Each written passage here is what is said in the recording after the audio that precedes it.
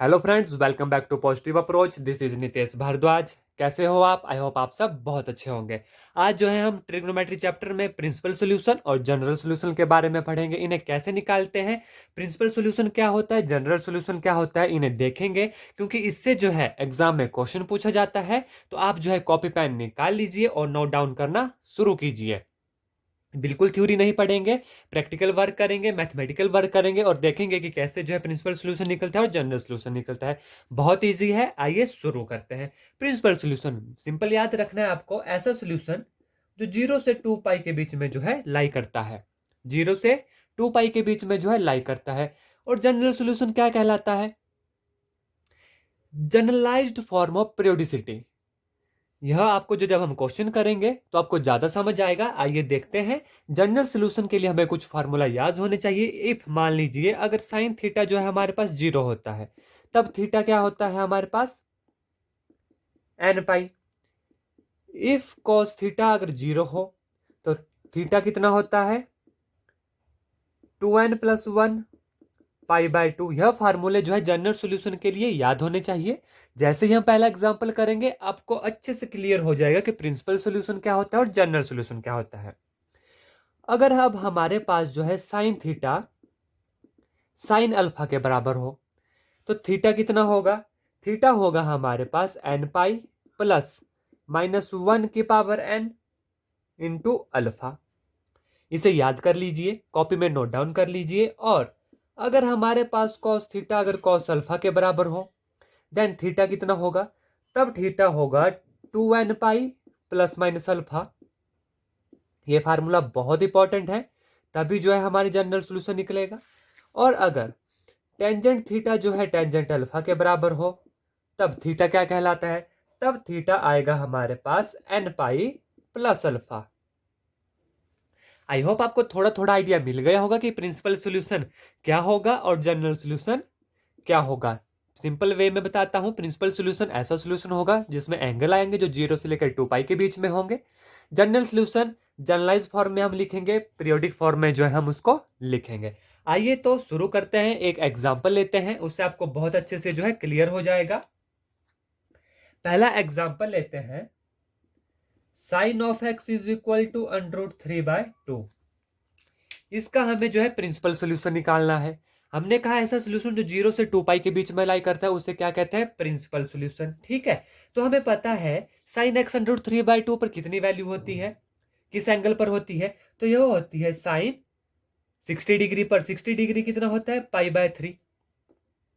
√3/2 किस पे होती है? साइन पाई/3 पर। अब आप यहां पर ध्यान से देखिए, ये है 4 क्वाड्रेंट, फर्स्ट, सेकेंड, थर्ड और फोर्थ। अब आप देखिए कि साइन किस क्वाड्रेंट में और पॉजिटिव होता है?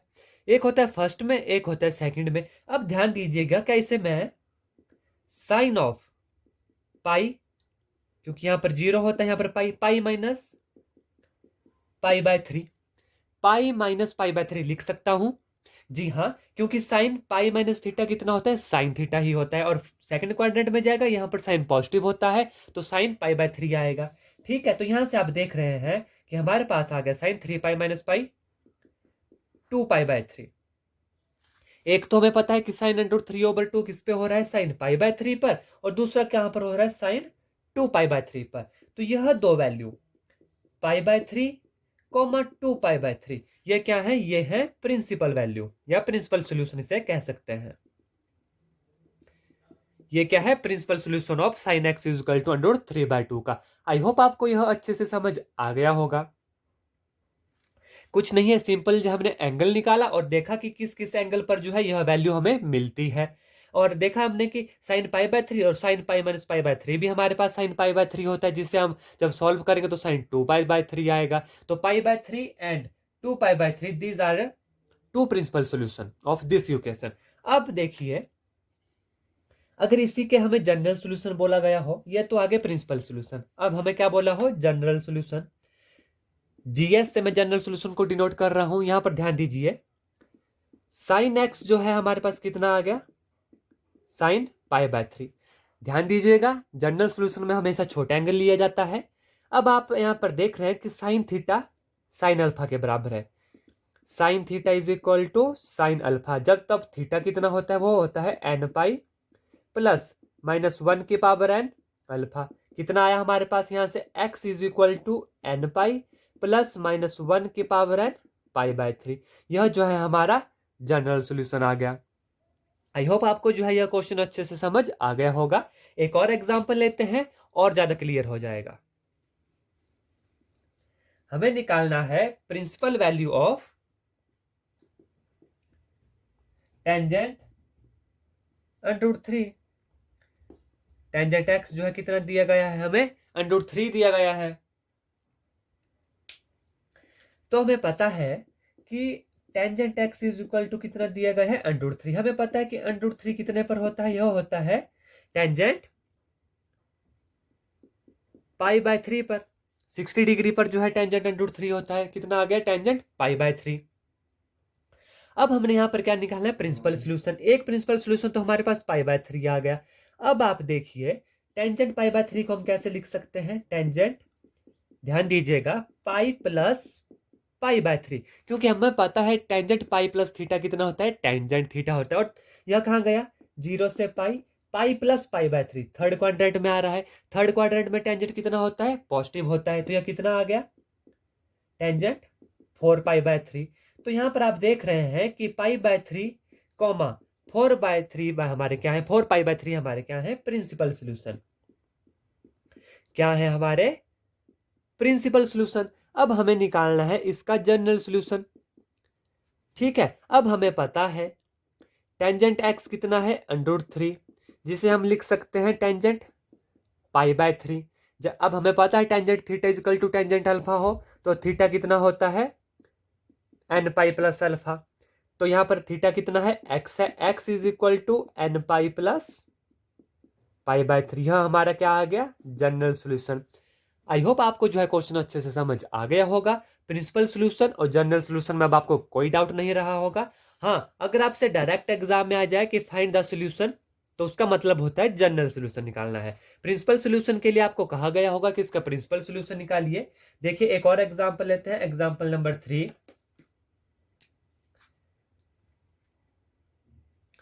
बोला गया है solution of sine of x is equal to minus √3/2। ध्यान दीजिएगा, सिंपल सोल्यूशन लिखा गया है, ना प्रिंसिपल सोल्यूशन बोला है ना जनरल सोल्यूशन बोला है। तो इसे हम कैसे करेंगे, हमें बोला गया है sine x is equal to कितना है, -√3/2। -√3/2 को हम क्या लिख सकते हैं, minus sine pi by 3, minus sine pi by 3, क्योंकि पाई बाय 3 √3/2 होता है। ठीक है, और इसे हम क्या लिख सकते हैं, sine pi plus pi by 3। देखिए क्यों, क्वाड्रेंट से आपको समझाता हूं। यह है फर्स्ट क्वाड्रेंट, सेकंड, थर्ड और ये फोर्थ।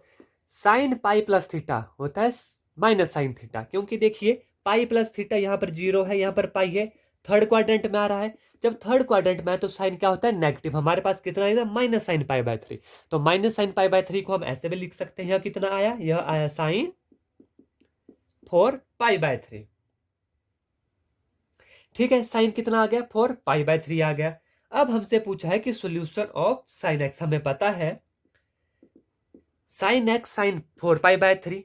ठीक है, अब sine theta is equal to sine alpha है, तो थीटा कितना होता है, x is equal to n pi plus -1 की पावर एन 4 पाई बाय 3, जहां पर जो एन बिलोंग करता है जेड को। यह हमारा सोल्यूशन आ गया। मैंने पहले भी कहा, जब हमसे सिंपल सोल्यूशन पूछा गया हो तो हमेशा जनरल सोल्यूशन ही हमें निकालना है। अगर प्रिंसिपल सोल्यूशन पूछा होगा तो प्रिंसिपल सोल्यूशन आपको पता लग जाएगा कि कैसे निकालना है, और जनरल सोल्यूशन बोला होगा चाहे सोल्यूशन में हमें बोला गया होगा तो हमने जनरल सोल्यूशन ही हमेशा निकालना है।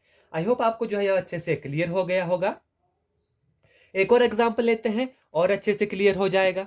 अगर किसी को फिर भी कोई डाउट रहता है तो प्लीज मुझे कमेंट करके बताएं।